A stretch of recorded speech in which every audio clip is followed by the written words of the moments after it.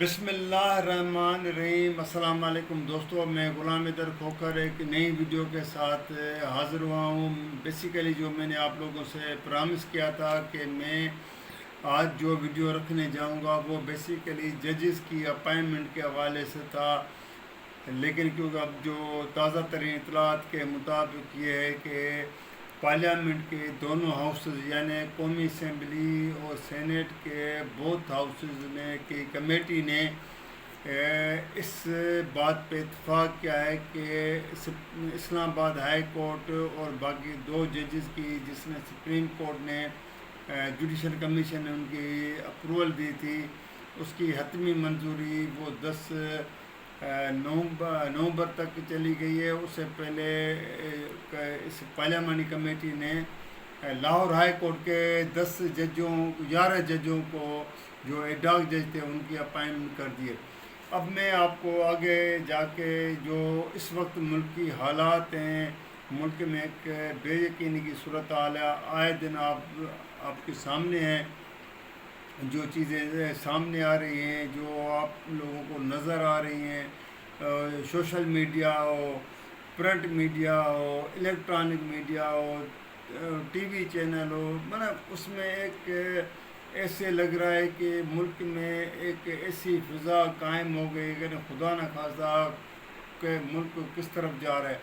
اگر یہ چیزیں آپ نہ دیکھیں تو شہباز شریف غیر ملکی دوروں پہ، وزیر اعظم جو ہے وہ چائنا پہ ہے، کوئی کہیں دوروں پہ جا رہا ہے، تو اگر اس کو دیکھا جائے تو نارمل زندگی ہے۔ اگر عمران خان نے جو پی ٹی آئی کے سربراہ نے لانگ مارچ لاہور سے شروع کیا ہے اور گوجرانوالا پہنچ چکا ہے، اب گوجرانوالا کی ہسٹری جو ہے نا ایک بہت خطرناک بھی ہے اور ہسٹوریکل بھی ہے کہ گوجرانوالا پہ جب بھی کوئی جلوس، کوئی لانگ مارچ پہنچتا ہے تو اس کا ایک نتیجہ اپنا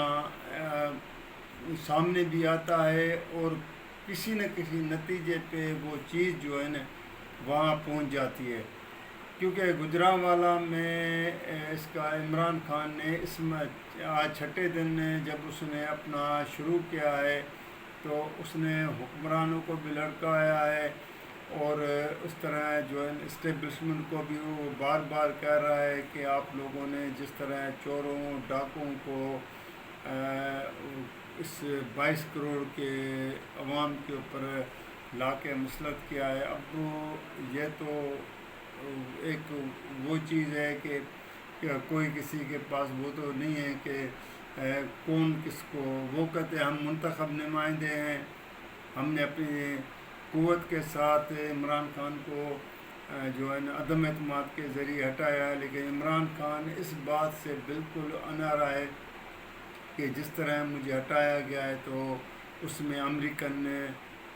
کی سازش، اس کا سائفر دھمکیاں، اس کے بعد اسٹیبلشمنٹ کا نیوٹرل ہونا۔ لیکن میں آپ کو ایک حقیقت بتا رہا ہوں اور ایک نیوٹرل تجزیے کے طور پہ کہ میں نے پچھلے دنوں ایک فیس بک پہ اپنے ایک چیز رکھی تھی کہ تھرڈ امپائر اس ساری صورتحال میں بیچ میں آنے والا ہے۔ یہ اس طرح ہے جیسے 1993 میں غلام اسحاق خان، کیونکہ میں تھوڑا سا آپ کو بیک گراؤنڈ بتاتا چلوں کہ 1993 میں جب محترمہ بینظیر بھٹو کی حکومت کے قائم ہونے سے پہلے اس وقت کے صدر غلام اسحاق خان اور وزیر اعظم نواز شریف کے درمیان اختلافات پیدا ہوئے تھے، حالانکہ نواز شریف کی حکومت غلام اسحاق خان نے برطرف کی تھی۔ اس کے باوجود اختلافات اتنے پیدا ہو گئے تھے اور ملک کی معیشت کو اتنا دھچکا لگ چکا تھا اور یہ صورتحال ہو گئی تھی کہ ملک چلانے والوں کو سمجھ نہیں آ رہا تھا کہ ملک کس طرف جا رہا ہے۔ تو اس وقت ایک Waheed Kakar, general Waheed Kakar army chief تھا، اس کا ایک فارمولہ اختیار ہوا تھا کہ جس کے تحت جنرل وحید کاکر نے نواز شریف سے اور غلام اسحاق خان سے استعفیٰ لیا وہ بھی خود نہیں گیا تھا، اور اس نے اپنے ایک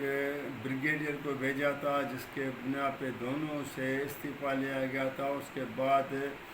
امریکہ سے معین قریشی، جو پاکستانی تو ضرور تھا لیکن اس کی نیشنلٹی امریکن تھی، اور اس کا زندگی کا بڑا عرصہ وہاں امریکہ میں رہا تھا، اس کی فیملی رہی تھی، تو اس کو پھر نگران وزیر اعظم کے طور پہ لے کے آئے تھے۔ پھر اس نے 93 میں اس کی سربراہی میں، اس کی نگرانی میں جو انتخابات ہوئے تھے، تو وہ جو ہے نا اس کے تحت پھر محترمہ بینظیر بھٹو ملک کی وزیر اعظم بنی۔ لیکن وحید کاکڑ بعد میں محترمہ بینظیر بھٹو کی خواہشات کے باوجود اس نے جو ہے نا ایکسٹینشن نہیں لی تھی۔ لیکن یہاں پہ ایک دردناک مثالیں، کہانیاں یا وہ چیزیں ہم بیان کر سکتے ہیں کہ کسی نہ کسی طرح کسی نہ کسی جرنل نے اپنی خواہشات کے مطابق یا حکمرانوں کو ایسی چیزیں دکھانے کے بعد جو ہے نا ایکسٹینشن لیتے رہے ہیں، جس میں مثلا general Pervez Kayani peoples party کو دور میں بھی اس نے ایکسٹینشن لیا تھا، اور حال ہی میں جب عمران خان کی حکومت تھی تو جس طرح general army chief Qamar Javed Bajwa نے مزید 3 سال کے لیے وہ بھی ایک سپریم کورٹ کا کیس کا سہارا لیتے ہوئے اس نے لیا ہے۔ لیکن اس وقت جو ملک کے حالات ہیں وہ اس طرح ہیں، جو ایک پیش ہونے جا رہے ہیں یا جو ایک صورتحال پیدا کی جا رہی ہے، اس سے ایک اندازہ ہو رہا ہے کہ ایک ملک جو ہے نا ایک افراتفری، ایک بے یقینی والی صورتحال میں، جہاں پہ خاص طور پہ تجارت، واپاری جو لوگ ہیں، خاص طور پہ کراچی کے لوگ واپاری تجارت کار تو بالکل سامنے آ گئے ہیں کہ جی یہ اس صورتحال میں تو ان کا بزنس بالکل ٹھپ ہو کے جا رہا ہے۔ کبھی ڈالر جو ہے نا اوپر جا رہا ہے، کبھی نیچے آ رہا ہے۔ وزیر خزانہ اسحاق ڈار جس طرح ملک میں واپس آیا، جب اسحاق ڈار ملک میں آیا تو اس نے ڈالر پہ کنٹرول کرنے کے ایک دعویٰ کیا تھا، لیکن اب ڈالر بھی اس کے کنٹرول میں نہیں آ رہا ہے۔ اسٹیٹ بینک کے اوپر وہ پورا ایک ذمہ داری کے ساتھ یہ کہہ رہا ہے کہ اسٹیٹ بینک کی ذمہ داری ہے کہ کس طرح وہ روپیز کو، پاکستان روپیز کو مستحکم کرے، ڈالر کو نیچے لے آ جائے، حالانکہ یہ وزیر خزانہ کا ایک جو ہے نا ذمہ داری بھی ہے۔ اب ہم بات جو آگے کرنے جا رہے ہیں، جو میں نے پہلے بھی تھوڑا سا پہلے کیا تھا، کہ اس وقت عمران خان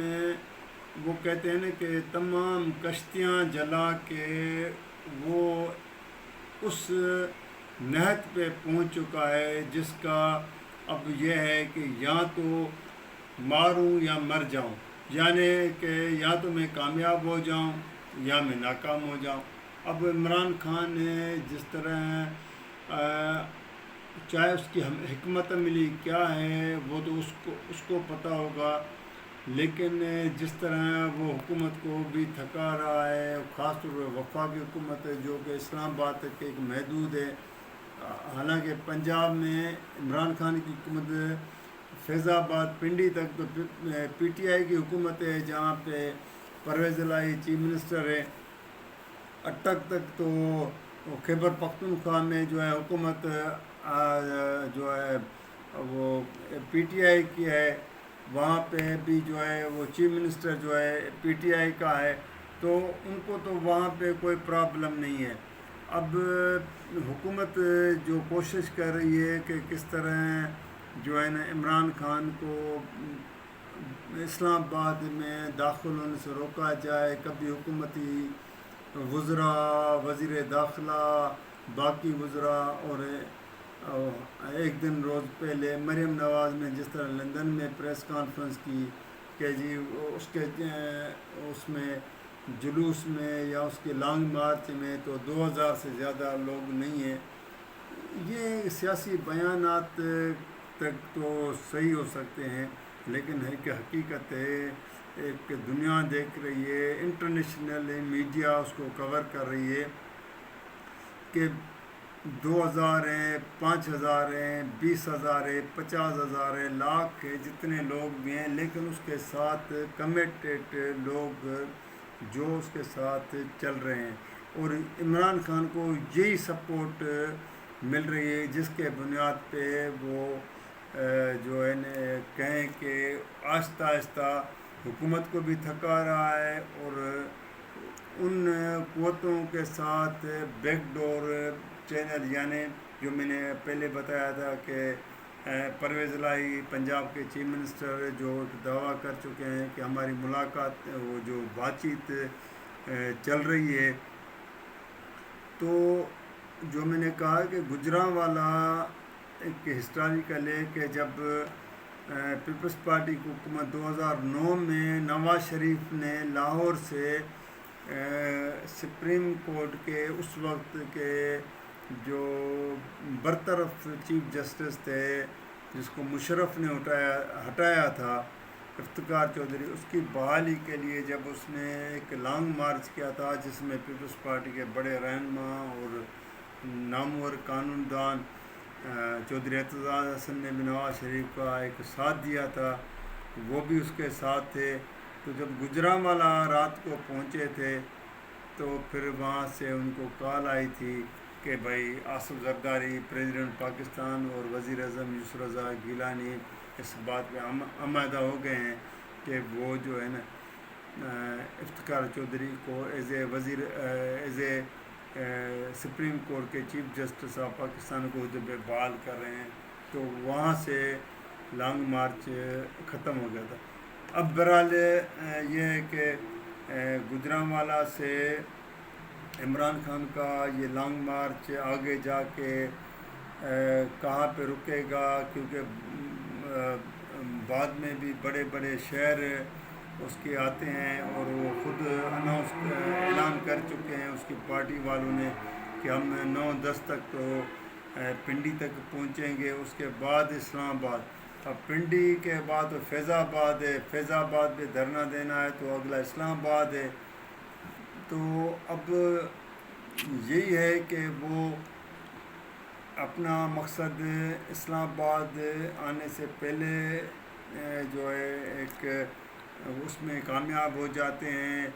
یا اسلام آباد آنے کے بعد ہو جاتے ہیں، کیونکہ جو حکومتی حلقے ہیں جس میں تمام اتحادی جماعتیں ہیں، وہ تو کسی بھی صورت میں عمران خان کو جنرل الیکشن عام انتخابات کا آغاز صرف پیسے دینے کو تیار نہیں، یعنی کہ جی ہم تو وہ تو کہہ رہے ہیں کہ جی ہم جو انتخابات ہیں وہ اگلے اگست کے بعد جو پارلیمنٹ کی جو اپنی مدت نیشنل اسمبلی کی مدت ہے وہ پوری ہوگی تو وہ کرائے جائیں گے، لیکن عمران خان کو اتنا اپنے اوپر بھی بھروسہ ہے اور اس کے پارٹی والوں کو بھی بہت اپنے اوپر ایک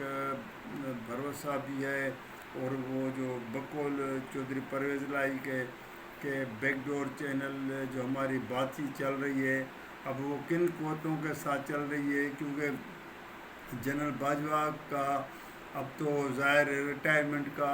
ہر آنے والا دن ایک تو گزرتا جا رہا ہے، آج 2 نومبر ہو گئی، کل 3 نومبر ہو جائے گی، پرسوں 4 نومبر ہو جائے گی، آہستہ آہستہ، اور لامحال ہے کہ اس میں جو ہے وہ وزیر اعظم شہباز شریف نئے آرمی چیف کی تقرری بھی کرے گا، اس کے ساتھ chairman joint chief of staff committee بھی کرے گا، لیکن اس کے ساتھ ساتھ شہباز شریف فوج کے اندر ان جنرلوں کو بھی میرٹ کی دیکھے گا جو اس عہدے پہ، حالانکہ سب میرٹ پہ اترتے ہیں، جو 3 اسٹار لیفٹیننٹ جنرل جتنے بھی ہیں اور موسٹ سینئر جو اس پہ وہاں پہ پہنچ چکے ہیں،